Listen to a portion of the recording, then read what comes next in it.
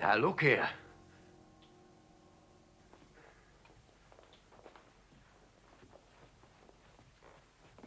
But, Mum... Close the window, John.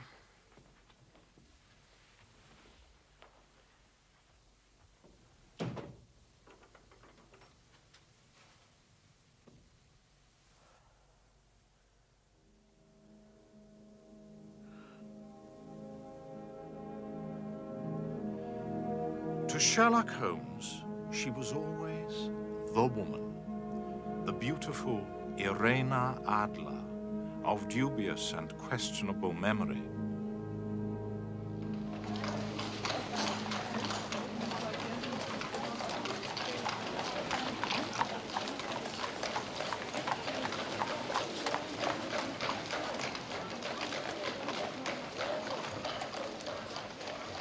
At the time of our involvement in the Irene Adler case, Holmes and I had been sharing rooms in Baker Street for some years. My practice had caused me to be absent in the country for several days. As usual, after leaving Holmes for any length of time, I returned filled with apprehension as to his mood.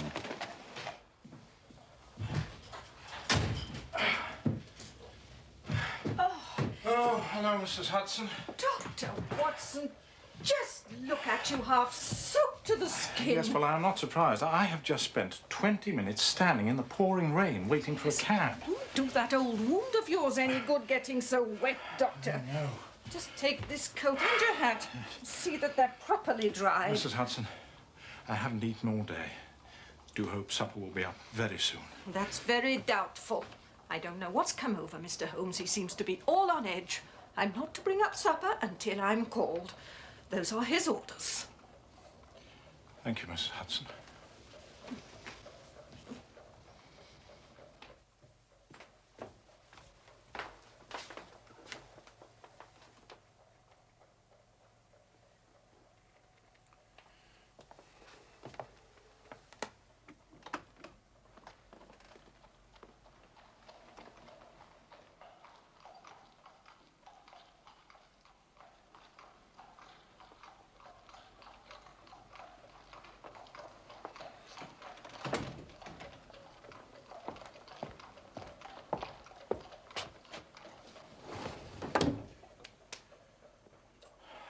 My dear Holmes.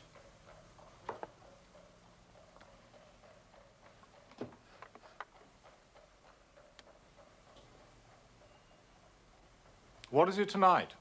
Morphine or cocaine? Well, I can strongly recommend a 7% solution of cocaine. Would you care to try it? No, indeed. I speak not only as your friend, but as a medical man. How can you risk such damage to the great powers with which you have been endowed? I cannot tell you how it clarifies and stimulates the mind. Yes, and destroys it in time. My mind rebels at stagnation. Give me problems. Give me work. Give me the most abstruse cryptogram, the most intricate analysis, and I'm in my proper atmosphere. Then I can dispense with artificial stimulants. But I abhor the dull routine of existence. I crave mental exaltation.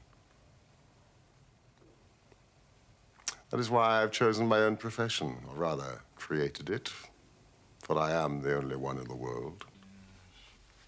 The only unofficial detective. The only unofficial consulting detective. I take no credit in my cases. The work itself, the pleasure of finding a field for my particular powers is my highest reward.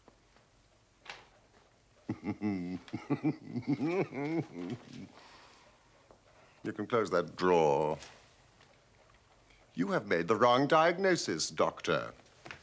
I have my stimulant here.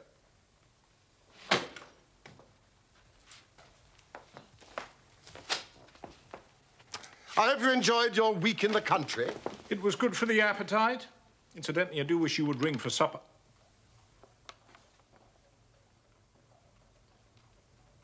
What is this? Means I must get ready for my visitor. It came by the morning post. Give me your observations.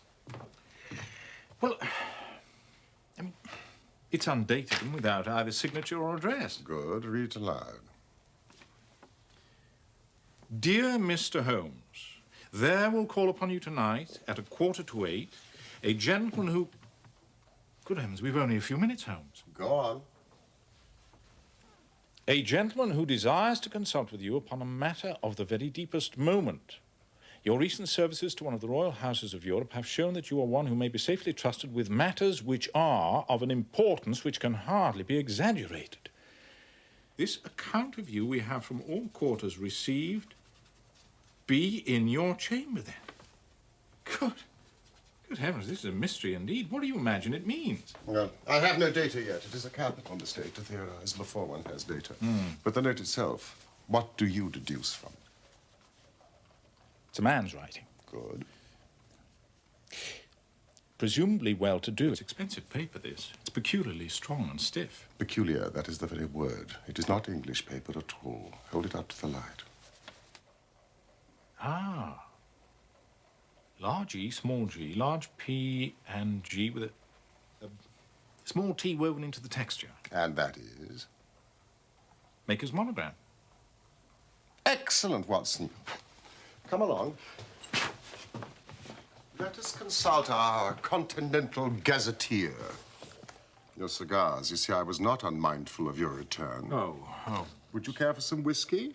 Later, perhaps, when we've eaten. The monogram is an abbreviation for Papiergesellschaft, which is the German for paper company. And the E.G. Eglonitz Egria. A German-speaking district of Bohemia, noted for its numerous glass factories and paper mills there. Bohemia. The Kingdom of Bohemia. And the note is written by a German. You see, this account of you we have from all quarters received. Only a German is so uncourteous to his verbs. So we are to expect a German from Bohemia. Here he is. Drawn by a pair. A nice little broom. There's money in this case, Watson, if there's nothing else. Holmes, I think your visitor will want me out of the way. Not a bit, Doctor. Stay where you are.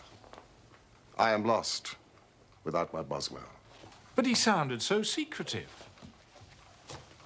I may need your help, and so may he. Now stay in that armchair and give me your full attention. Here he comes.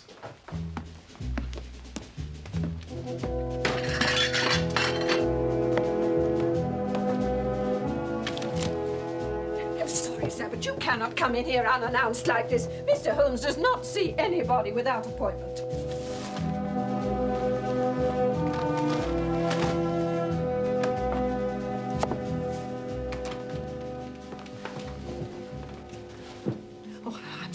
Mr. Holmes, there was nothing I could do. It's perfectly all right, Mrs. Hudson. If you would kindly leave us and close the door. Thank you.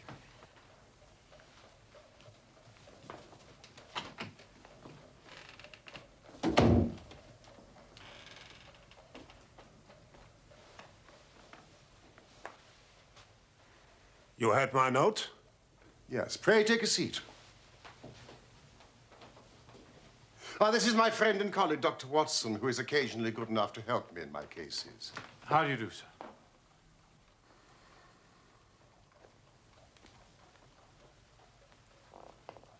Whom do I have the honor to address?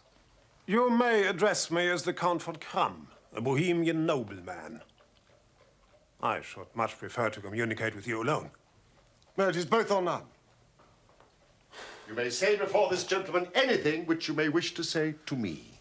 Very well, I take your word that he is a man of honor and discretion.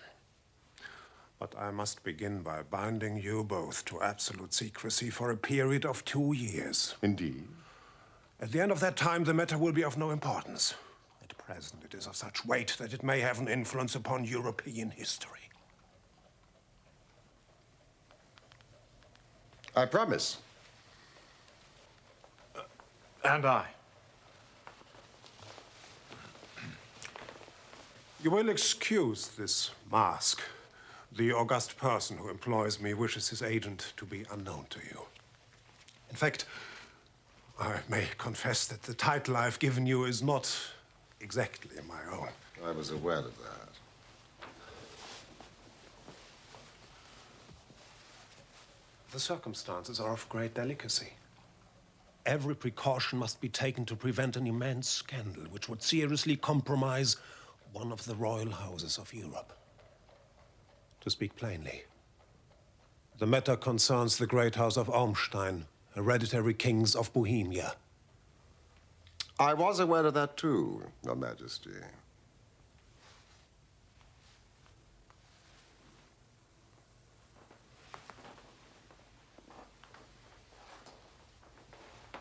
You are right.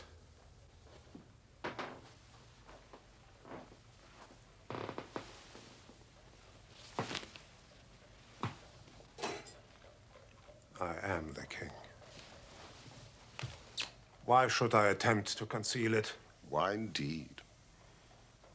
Your Majesty had not spoken before I was aware that I was addressing Wilhelm Gottschalk Sigismund von Ormstein, Grand Duke of Kassel-Felstein and hereditary King of Bohemia. And in passing, the finest duelist in Europe. You have killed 4 opponents. Honorably. Of course.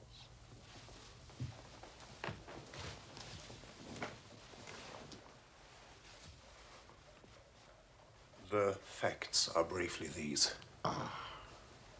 Some 10 years ago, during a lengthy visit to Warsaw, I made the acquaintance of the well-known adventuress, Irene Adler. The name is no doubt familiar to you. Kindly look her up in my index, will you, Watson? So, I deduce that Your Majesty became entangled with this lady, wrote her some compromising letters, and is now desirous of getting them back. Precisely so. But how could you know that? Abineri, Italian General Staff. Adler Irene, born New Jersey, 1858. Is this the lady? New Jersey, let me see. Singer, contralto, appeared at La Scala, opera houses Petersburg and Warsaw. Retired from the operatic stage, now living in London. Makes occasional concert appearances. That is the lady.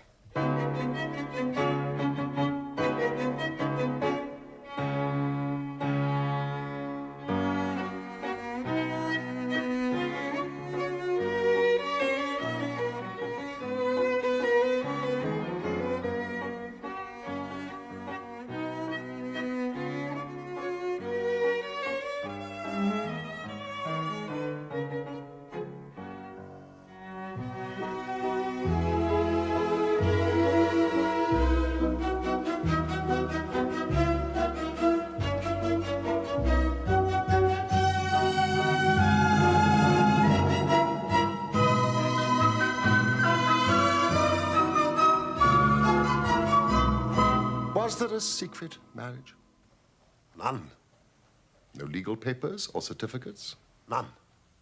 Then I fail to follow, Your Majesty. If this person should produce your letters for blackmailing or other purposes, how is she to prove their authenticity?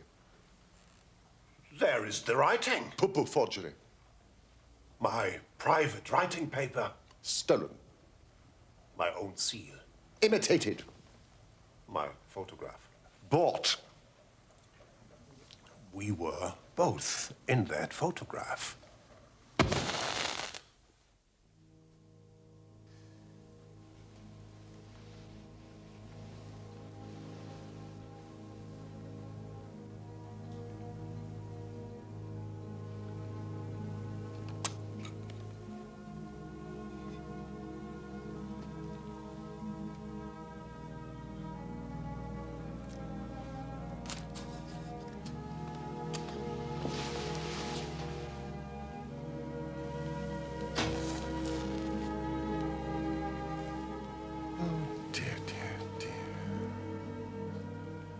Yes, that is very bad.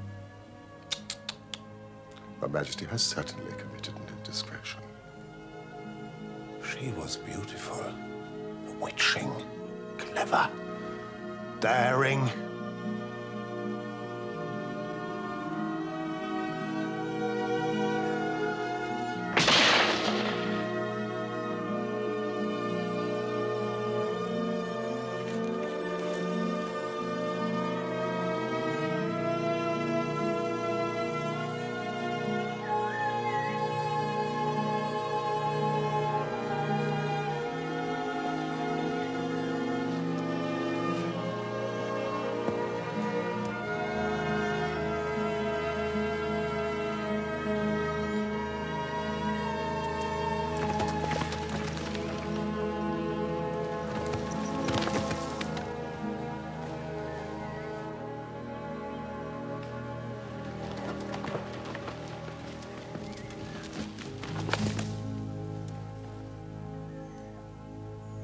I was only Crown Prince then. I was young. I am but 30 now. Of course, Your Majesty has attempted to recover the photograph. We have tried and failed. Then Your Majesty must pay. It must be bought. She will not sell. Stolen, then? 5 attempts have been made. Twice, burglars in my pay ransacked her house. Once we diverted her luggage when she traveled. Twice she has been waylaid. There has been no sign of it. Huh. You laugh. It is serious. Yes. Yes, it is very serious indeed. Well, what does she propose to do with this photograph, if not to extort money? To ruin me. Huh. I'm about to be married. So I've heard. To the Princess Clotilde Lothmann von Saxe-Meiningen, second daughter to the King of Scandinavia. It is a brilliant match. Precisely. But you will know the strict principles of her family. She's herself the soul of delicacy. A shadow of doubt as to my conduct would bring the matter to an end.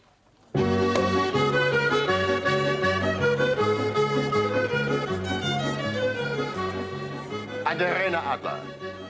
Threatens to send them the photograph. And she'll do it. She has a soul of steel.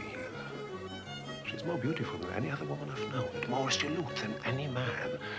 There are no lengths to which she would not go, none, to prevent my marriage to another woman. Your Majesty, why is this lady so vindictive? Oh, there was once some talk of marriage. Ha! She would not see that it was impossible.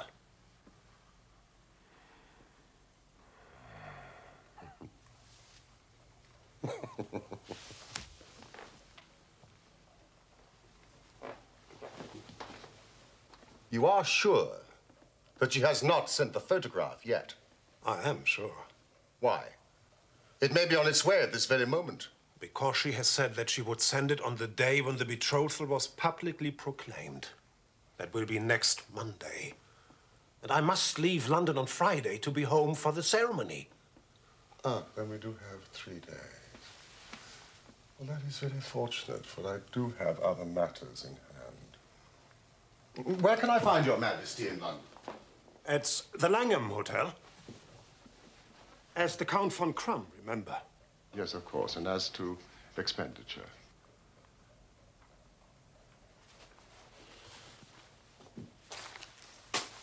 Here are 300 pounds in gold and 700 in notes.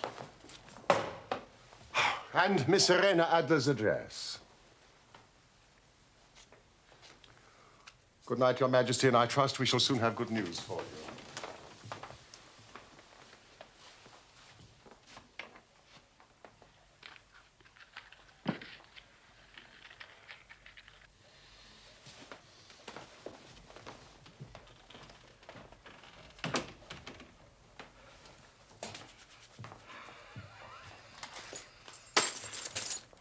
Holmes, We can dine at Romano's.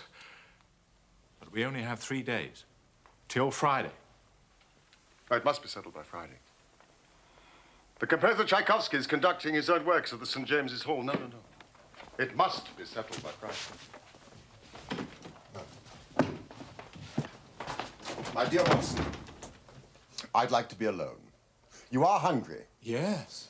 I'm sure Mrs. Hudson will bring you up a sandwich. Sandwich? We will not discuss this matter until tomorrow afternoon. Good night.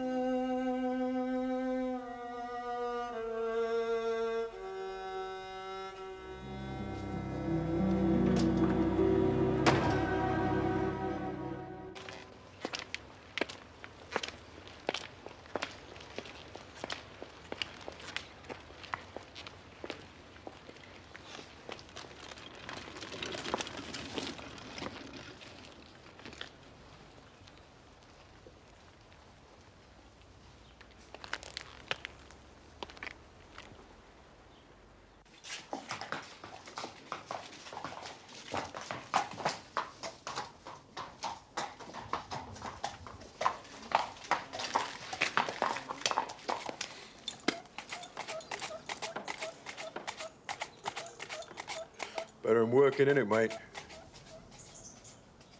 What is? Looking on. I'll change with you any time, Gov. Out of position, are you? 8 weeks. A mere first-class groom. Are you? Well, you could give me an hand if you like. I'd see you all right. Why not? Give it the price of the booze. I thought it was a booze. Strap the mare. Show us what you can do.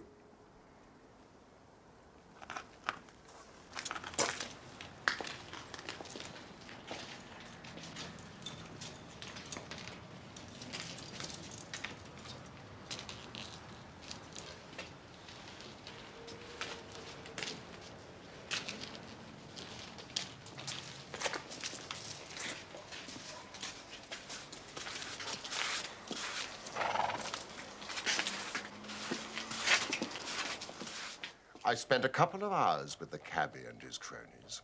Miss Irene Adler has certainly turned all men's heads in those parts. She is the daintiest thing under a bonnet on this planet. So say the Serpentine News fraternity to a man. She lives quietly, drives out at 5 in the evening, returns at 7 sharp for dinner. Seldom goes out at other times, except when she sings. She has only one male visitor, but sees a good deal of him.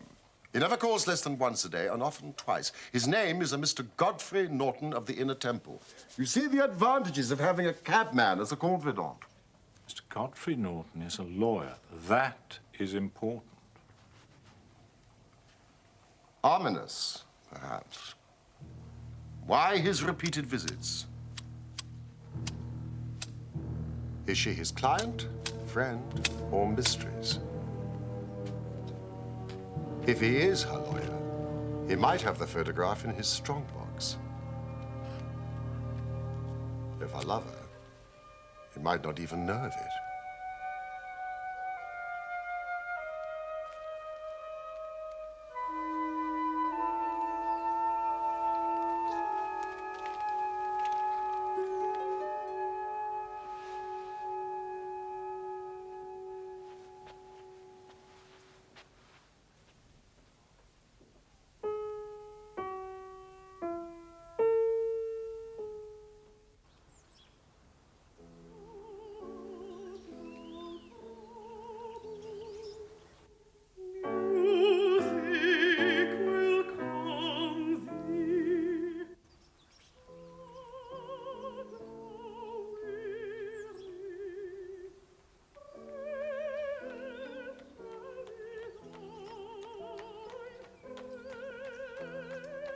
She had just begun to sing. She has the voice of an angel, Watson, when a truly surprising chain of events overtook me, starting with the arrival of someone I presumed to be Mr. Godfrey Norton. Wait for me, will you?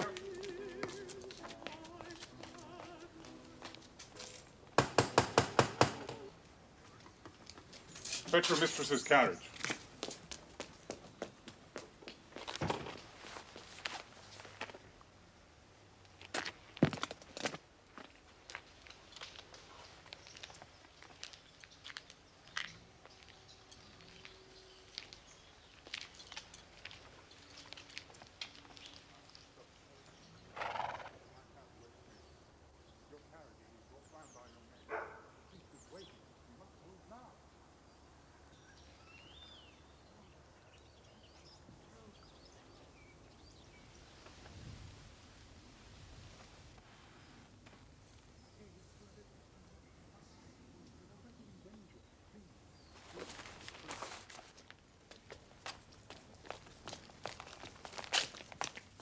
Drive like the devil. Church of St. Monica, Edge Railroad. I must arrive there at least 5 minutes before 12. That gives you 20 minutes. Half a guinea if you do it.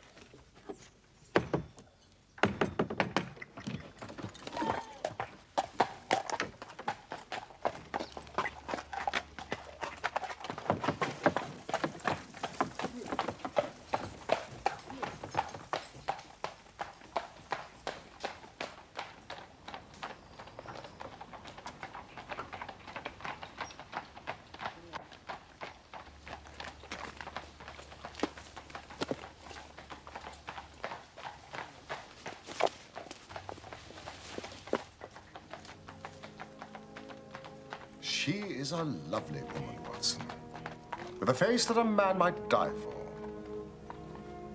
Face a man might die for. Unusual language for you, Holmes. A metaphor, Watson, nothing else. I was just about to sprint after a landau and perch on the back when another cab came through the street. He looked twice, such a shabby fare. But I jumped in before he had time to object. Showed him a handful of sovereigns and promised him one if he would get me to the Church of St. Monica within 20 minutes. Now, I don't think that I have ever been driven faster in a cab. But they were there before us.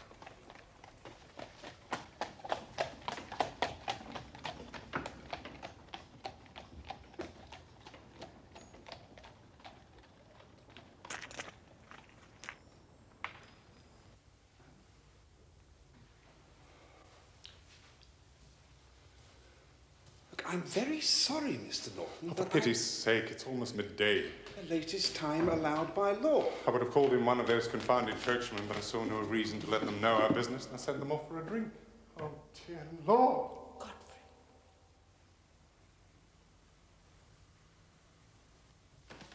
You, come here, man. Yes, I mean you. We've only a few minutes left, or it won't be legal. Come, man, come!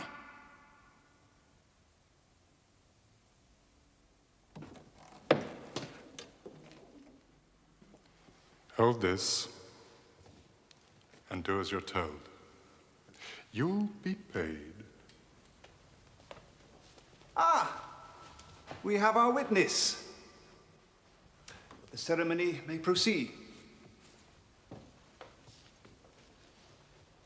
Dearly beloved, we are gathered here in the sight of God to join together this man and this woman in holy matrimony, which is an honorable estate instituted of God in the time of man's innocency, signifying unto us the mystical union that is betwixt Christ and his church.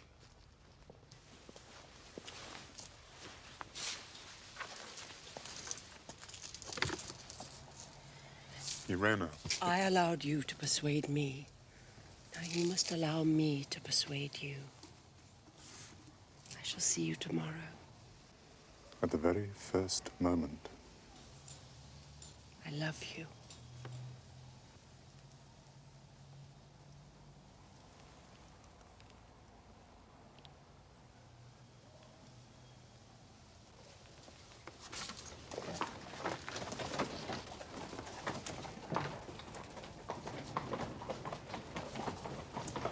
John? Hey, you!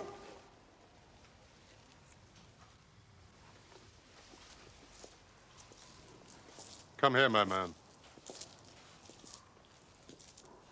Come here. Godfrey, let me.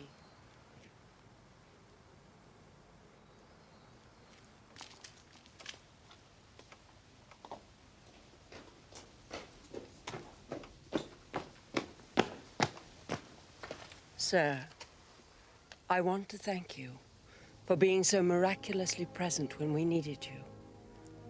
How fortunate that you have remained close by. Well, I'm in no hurry, Mom. I hope you will accept this. I don't need no tip, Mom. Oh, sir, let us call it a little souvenir.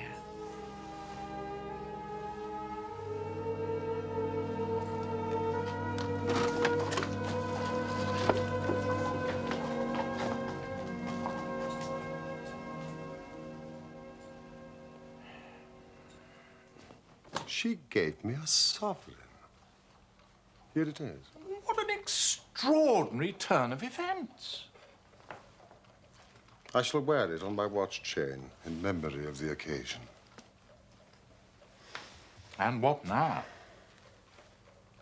Well, during the ceremony, I thought my plans had been overthrown. If they had made an immediate departure, it would have necessitated the most prompt and energetic measures on my part. But he went back to the temple, and she went to her own home, thus giving us time to act. How? Doctor, I shall require all your courage and alertness. I should be delighted. You don't mind breaking the law? Not in the least. Nor running the chance of arrest? Not in a good cause. Oh, the cause is excellent. Well, then I am your man. Splendid.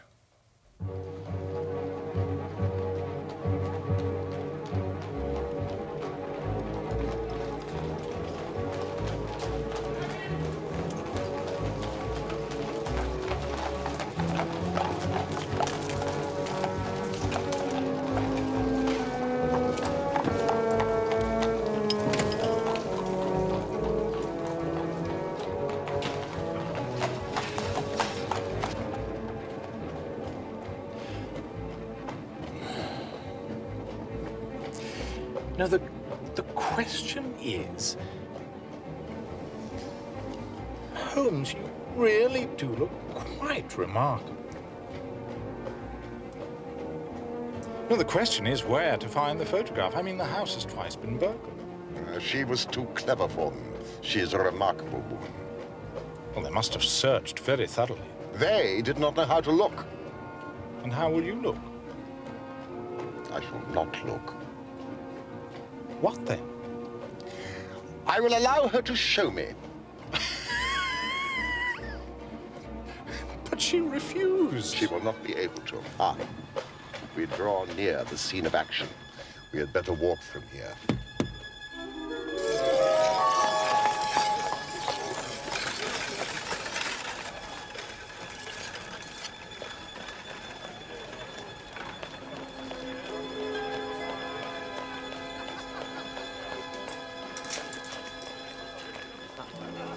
You know your instructions. When you raise your hand, I act. And we meet at the rendezvous in 10 minutes. Here she comes.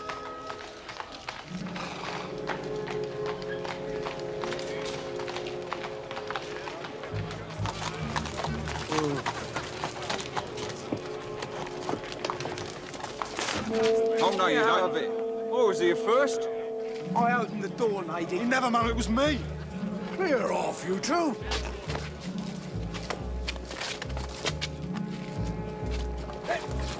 Me? Oh! Opening carriage doors is a legitimate means of livelihood, Mr. Frankie. You ain't gonna stop a man earning a copper, see? Pass. You there. Let go of my coachman. Take the bread from me mouth, would ya? I'll fill your mouth, chum. Here. Oh.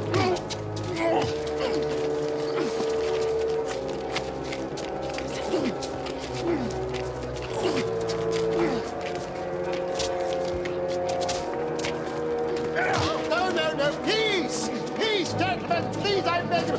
Peace, I beg of you, madam. I must protect you.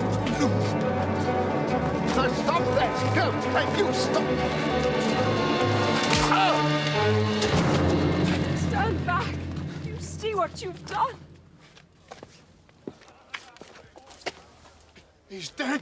Scarper, mate, before the coppers come. He's still breathing, but he's taken a bad knock. I'm sorry, ma'am. You did your best, John. Is he badly hurt? It is only superficial, but he needs attention, quickly. But he can't lie in the street. Bring him into the house.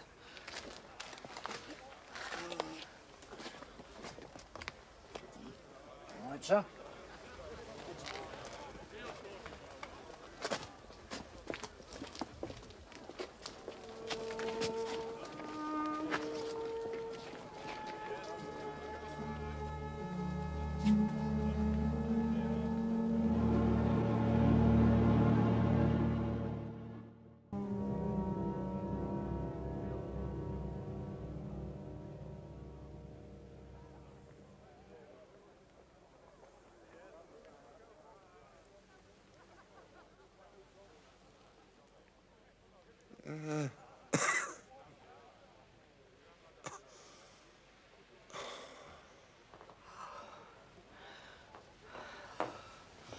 Oh, you're conscious. Thank goodness. You are a brave man. Over here, Willard.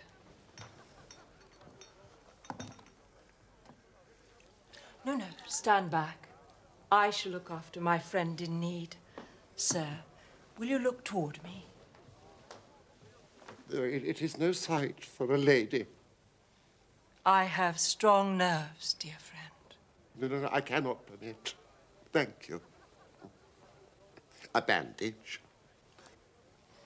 As you wish.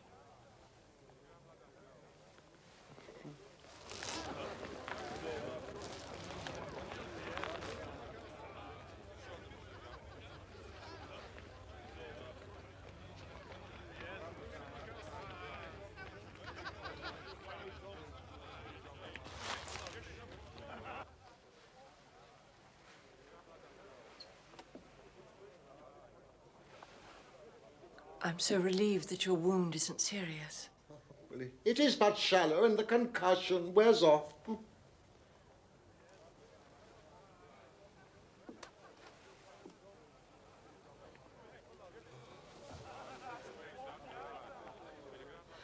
How extraordinary. Madam? That so many people should gather in such a quiet little turning. Well, it's the gang, madam. It was all prearranged to rob you. All those men to snatch one little purse. Oh, no, dear friend. It wouldn't have paid them. My vocation takes me much amongst the poor and even the criminal classes, madam. Look at those people staring. Oh, curiosity is so unseemly, but I fear universal. Oh, I am so sorry. I think I'm going to faint. Ah, air. I need some air. Willard, the window. Oh.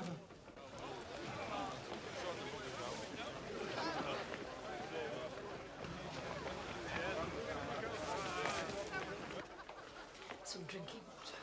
Are there any smelling salts?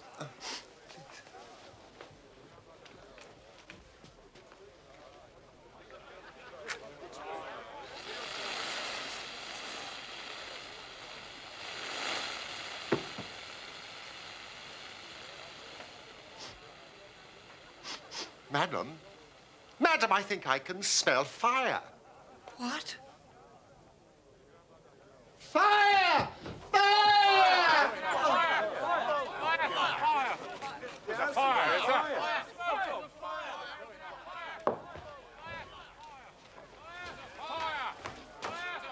Madam, come out of here quickly. I'll take care of the old gentleman. I can't breathe. It's a false alarm. It's a false alarm. Look. It's a trick. It's a trick. Tell them. Tell them. Oh. It's a false alarm. Do you hear? We do not need the fire engine.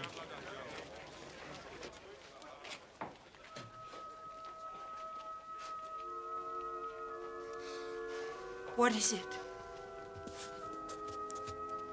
It is a plumber's rocket, madam. One of my flock is a plumber. It is ignited by a cap and sends smoke into pipes to betray cracks and holes. No, it's all right. It will disperse. You said it was a trick. Who would play such a trick on me? One of the gang, madam. But to what purpose? I've escaped them. Revenge. Revenge. Are there such wicked people? There are people in this world, madam, to whom revenge is in itself a reward. I cannot imagine such feelings. I'm sure you cannot, madam. I am feeling more myself. I must be on my way. Oh, please stay. Some refreshment. Well, one of my flock expects me. Won't you let my carriage take you? Oh, no. The air will aid my recovery. At least your name, your address. That I may thank you adequately. Well, I am just a humble servant, madam, of the all-seeing Providence. Good night.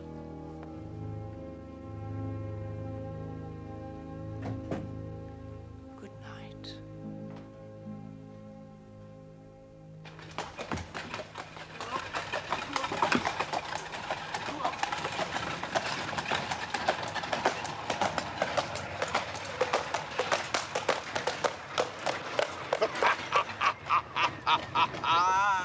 You did it very nicely, Doctor. You have the photograph? No, but I know what it is. How did you find out? She showed me, as I told you she would. The trouble is, it still remains in her possession. You may have lost your one chance, Holmes. No. I shall call early tomorrow morning. You'll call there? And as my own self. And with the king. The king? And with you, Watson. You must be a witness at the end of our quest.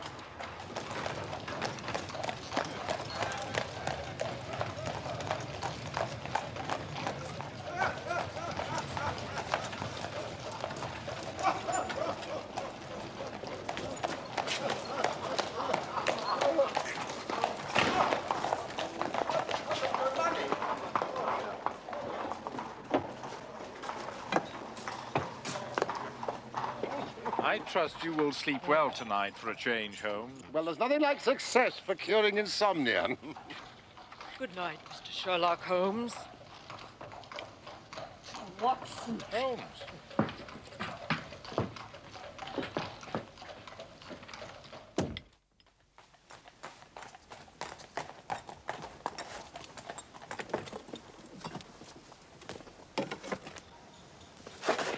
But she could not love him. I'm in hopes that she does. Why? Because it would spare your majesty all fear of future annoyance. If she loves her husband, then she does not love your majesty. And if she does not love your majesty, why should she interfere with your majesty's marriage?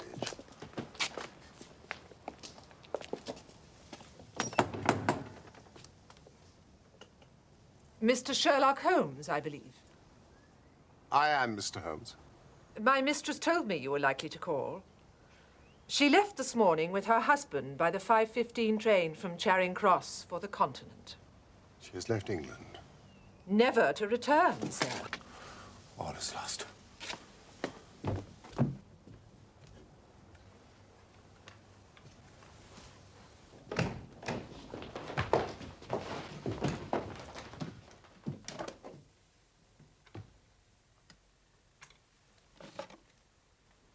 Wir sind gerettet.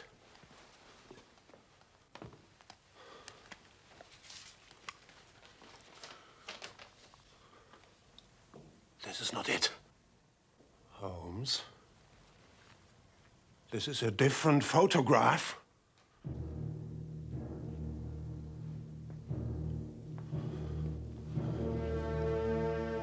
Do you hear me, man? The letter. It is addressed to me. My dear Mr. Sherlock Holmes, you did it very well. You took me in completely until after the alarm was fired, I had not a suspicion. But then, when I found that I had betrayed myself, it flashed into my mind that I had been warned against you months ago. I had been told that if the king employed an agent, it would certainly be you. Yet, with all this, you made me reveal what you wanted to know. Even before, when the presence of so many people in the street had sounded an alarm in my instinct, I could not think evil of such a dear, kind old clergyman. But you know, I have been trained as an actress myself, and male costume is nothing new to me. Yes, it was I who followed you to your door, just to make sure that you really were the celebrated Mr. Sherlock Holmes.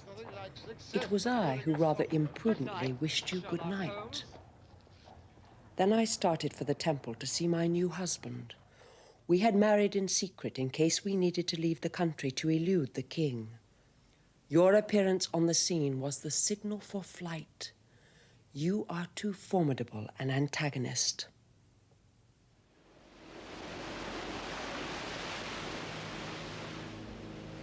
You will find the nest empty when you call tomorrow.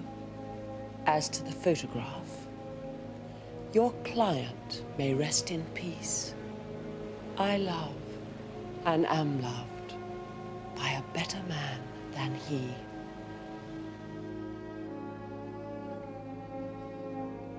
The king may...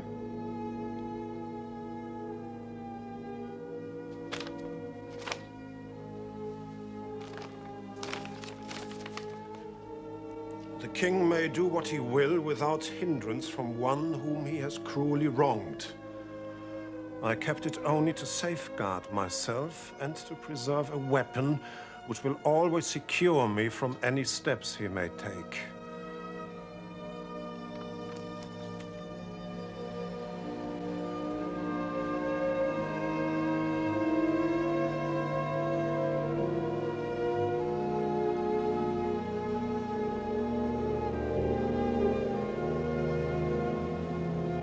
There is more. I leave another photograph which he might care to possess. And I remain, dear Mr. Sherlock Holmes, very truly yours, Irene Adler. What a woman. What a queen she would have made. Is it not a pity she was not on my level? From what I have seen of the lady, yes, indeed, she is on a very different level to your Majesty. I am only so sorry that I have failed in my commission. On the contrary, my dear sir, nothing could be more successful. I know that her word is inviolate. The photograph is now as safe as if it were in the fire. I am glad that your Majesty thinks so. I am immensely indebted to you. Pray, tell me in what way I can reward you. This ring.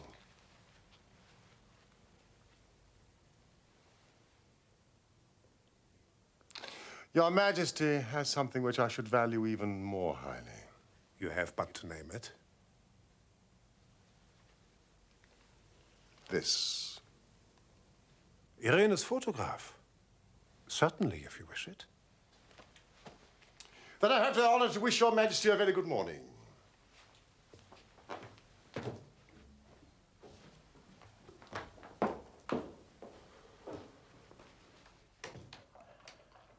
And that was how a great scandal threatened the Kingdom of Bohemia, and how the best plans of Mr. Sherlock Holmes were beaten by a woman's wit. He used to sneer much at the cleverness of women, but I have not heard him do it of late. And when he speaks of Irene Adler, or when he refers to that woman, it is always under the honorable title of the woman. In his eyes, she eclipses the whole of her sex. It was not that he ever betrayed any sign of love for Irene Adler. All emotions such as that one are abhorrent to his cold, precise mind. He only looks on women pathologically, as the source of motives, clues. And yet, he keeps her photograph apart, locked up. There is but one woman to him, the beautiful Irene Adler of dubious and questionable memory.